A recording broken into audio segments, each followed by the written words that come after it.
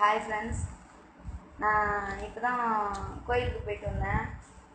நான் ஒரு இந்து, தமிழ்நாட்டில் தான் பிறந்தேன். நான் ஒரு தமிழச்சி, சரிங்களா. நான் வந்து இந்த பிஜேபி நாய்களை கேட்குறேன்.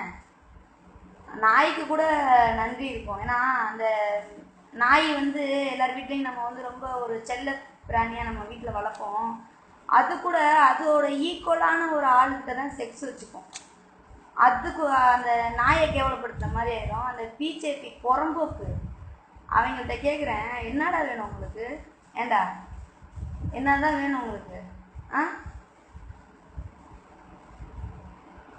ஜம்மு காஷ்மீரில் ஆசிஃபான்னு சொல்லிட்டு ஒரு குழந்தைய வந்து கோயில் கருவறைக்குள்ளே வச்சு எந்த அளவுக்கு சதைச்சு கசக்கி போடணுமோ தூக்கி போட்டீங்க. ஆனால் அதுக்காக போராடிக்கிட்டு இருக்கிறீங்க. நாங்கள் இதுக்கு சம்மந்தம் இல்லை, பாகிஸ்தான் தான் காரணம்னு.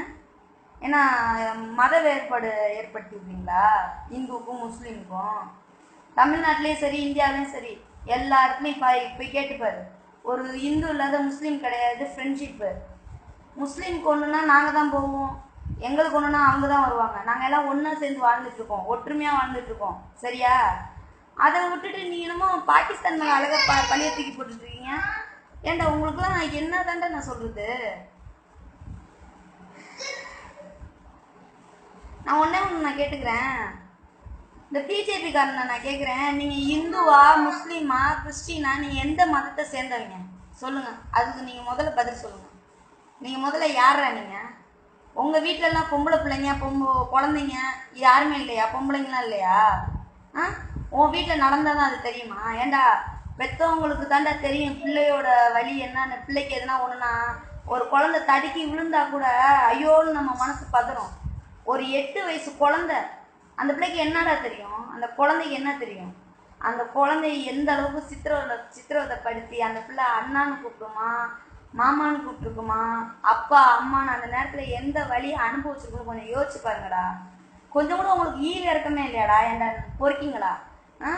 உங்களுக்கு கொஞ்சம் கூட ஈக இறக்கமே இல்லையா? உங்களுக்கு ஒரு நீ வந்து உனக்கு யாரு மேலே உனக்கு கோவம்? அவனுங்களை நீ கூப்பிடு. உனக்கு முஸ்லீம் மேலே கோவமா? நீங்கள் வாங்கடா இந்த இடத்துக்கு, இந்த நேரத்துக்கு இங்கே வாங்கடா. நம்ம இந்த மீட்டிங் போடுறீங்கள, கட்சி மீட்டிங்லாம் போடுறீங்கள, எல்லா இடத்துக்கும் வந்து எல்லாமே வந்து பேச தெரியுதுல்ல, பெரிய இது மாதிரி. அந்த மாதிரி கூப்பிடுங்க. நெஞ்சில் தைரியம் இருந்தா. அதை விட்டுட்டு வீட்டில் இருக்கிற குழந்தைங்க மேலேயும் பொம்பளைங்க மேலேயும் கை வைக்கிறீங்க பொட்டை மாதிரி. ஏண்டா நீங்களாம் பொம்பளைங்கள்ட்ட, உங்கள் வீட்டு பொம்பளைங்கள்ட்ட இருக்கிற சேலையை வாங்கி கட்டிக்கிங்கடா.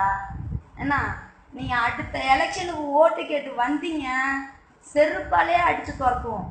நல்லா ஞாபகம் வச்சுக்கோங்க. ஒவ்வொரு வீட்டுக்கும் படி ஏறி நீங்கள் ஓட்டு கேட்டு வந்தீங்கன்னா